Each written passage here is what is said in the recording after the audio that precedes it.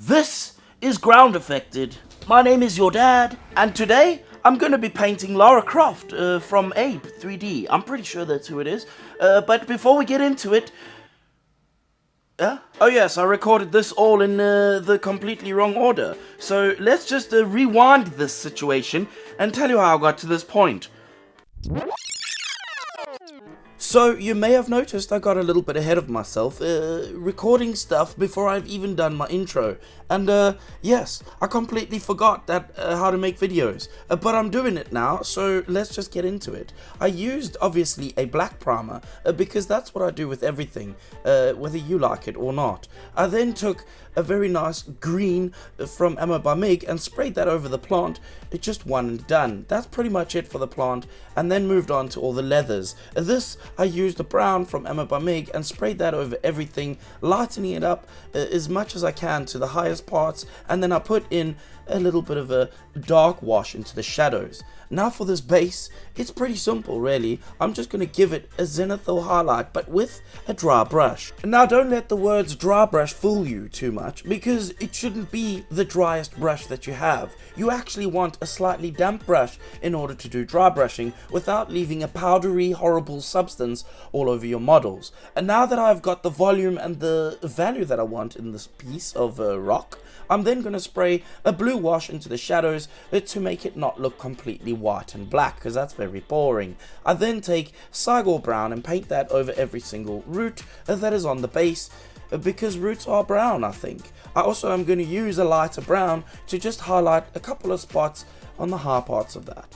I then am going to try some of this dirty down moss stuff. I have no idea how to use this stuff, so I just painted it on all the moss looking stuff. And now that you know how I got to this point, it's probably time for us to continue from this point thus further.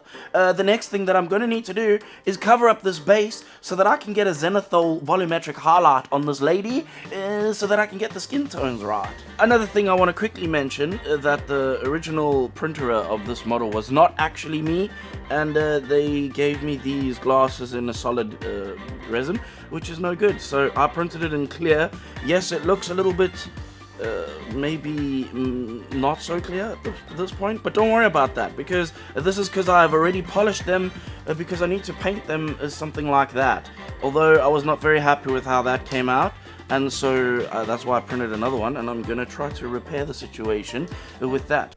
And as I said leading up to this moment, I'm going to now zenithal highlight this lady, and I'm going to do that using a white ink, and I'm going to just spray that mostly from the top, but I'm also going to use my mind to pick out some volumes on the model. This is not too difficult, and for all skin painting really, I use the same technique. At least for now, this is a technique that I stumbled upon, and I really like this technique to paint skin tones. If you are still struggling with skin tones, then you should check out some of my videos that I have made in the past about painting skin tones. Once I'm done with all the setup of the underneath painting of the skin tones, it's time to start painting the highlights. And by highlights, what I really mean is actually the skin tones itself. I really don't need to explain this again in this particular video, because I have done a lot of videos about painting skin tones, so I'm going to brush over most of this really quickly so that we can get to the good juicy bits. Once I've done some glorious highlights on the model, and made sure that everything looks vaguely like it is supposed to look, I'm then going to add, obviously, the magical orcish flesh, whatever the dermis, that color is going to go into all the shadowed areas. And now I still haven't figured out a replacement for that color, but believe me, I'm working on it, and when I do figure it out, I will make sure to let you all know what that replacement color could be for those who can't find it. I'm now going to spray a couple of speckles all over the skin. If you look very carefully, hopefully the quality of the video is good enough that you can see she looks like I've splashed a whole load of fly poo on her. And now the problem is that's going to stand out like a sore thumb, but we will come back and deal with that later. But before that, I'm going to spray the brown that I need on her boots, and I'm going to use the same color as her boots on her hair, because her hair is also brown too. I'm then going to give that a highlight. I'm going to take red leather by Ammo by Mig, and I'm going to spray that over the top highlighted areas of the parts of the brown that I've just laid down. The hair, however, is going to need something more than just the red leather, otherwise it's going to look like her hair was made out of the same material that her boots were made of. And something that many people might not know is that you can actually use skin tones that we use for painting skin tones to paint browns as well. What you may have noticed that I was talking a load of nonsense over was that I also used that transparent red to spray the glasses.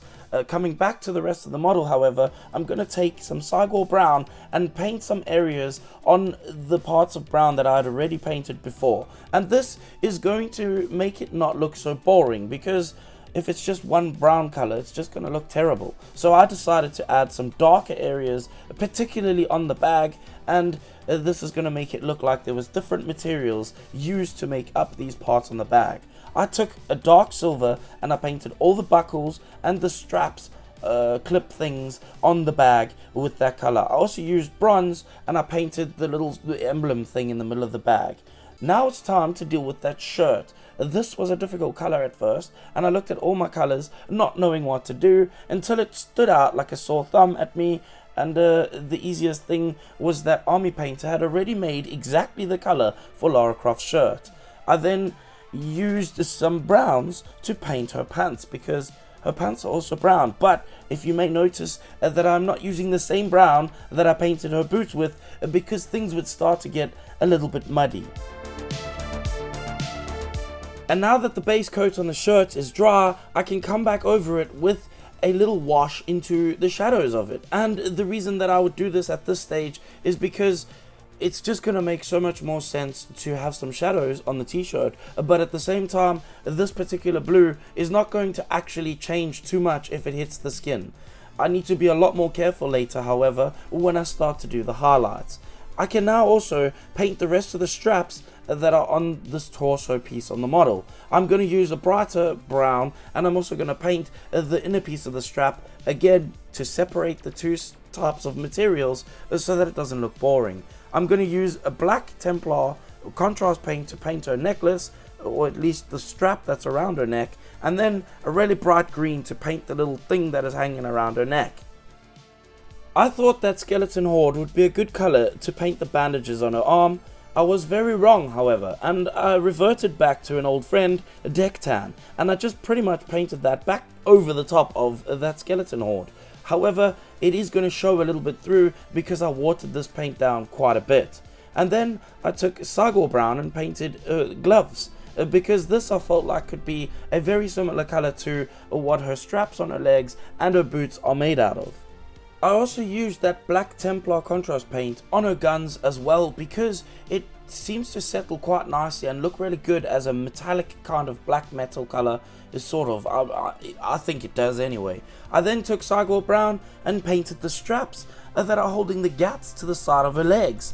Now, something I've been experimenting a little bit with is a bit of makeup, and for that I use Gryph-hound Charge Grey, very much watered down to almost water, and I spray that in multiple layers over the eyeshadowed areas of the eyeballs. I also take a very bright magenta and spray that onto her cheeks as if it were some form of a blush.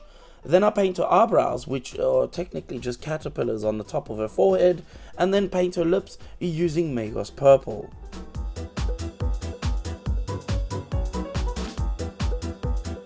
Those who play the deck tan game will now rejoice in the fact that I'm using deck tan to paint that little sock sticking out of her boot. But after that, I'm going to use a Cygor brown to paint the edging on her boots. I'm then also going to take a dark wash and I'm going to paint over the straps and also into the little gaps of that alternate type of leather, just to make it look separate from each other's material. At the end of the day, what I'm trying to do is make sure that the materials aren't just one simple color all the way through, because this is boring to look at and won't make for a very good model. I came back to the rest of the satchels on the model and painted those as well at this point. I also used again a metallic dark silver to paint the straps and the buckles and all the other little bits that are around the straps on her legs. I painted her eyelashes with a black, and then I used a pink to paint the insides of her eyes before coming back with a deck tan and painting the whites, or as some people like me to say, the sclera of her eyes.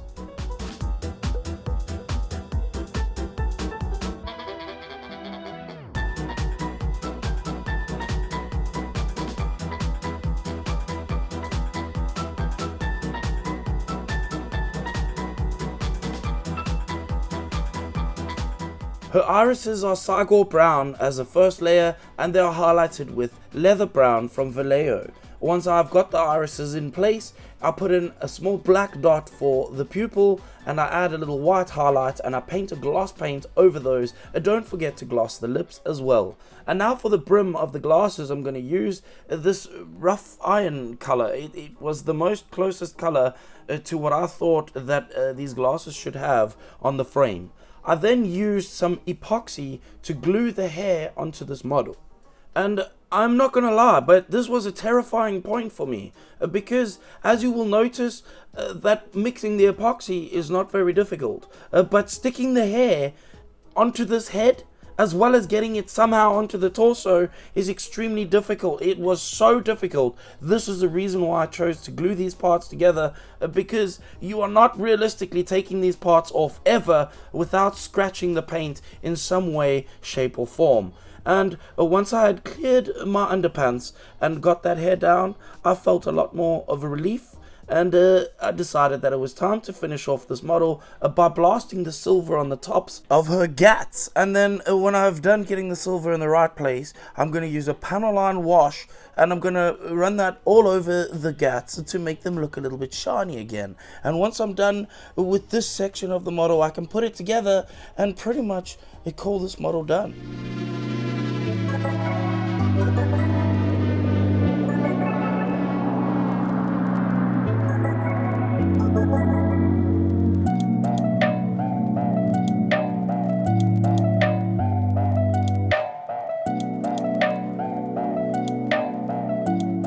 You may have noticed that my voice was definitely struggling in this video a little bit, and hopefully I'll be a lot more fresher for the next video.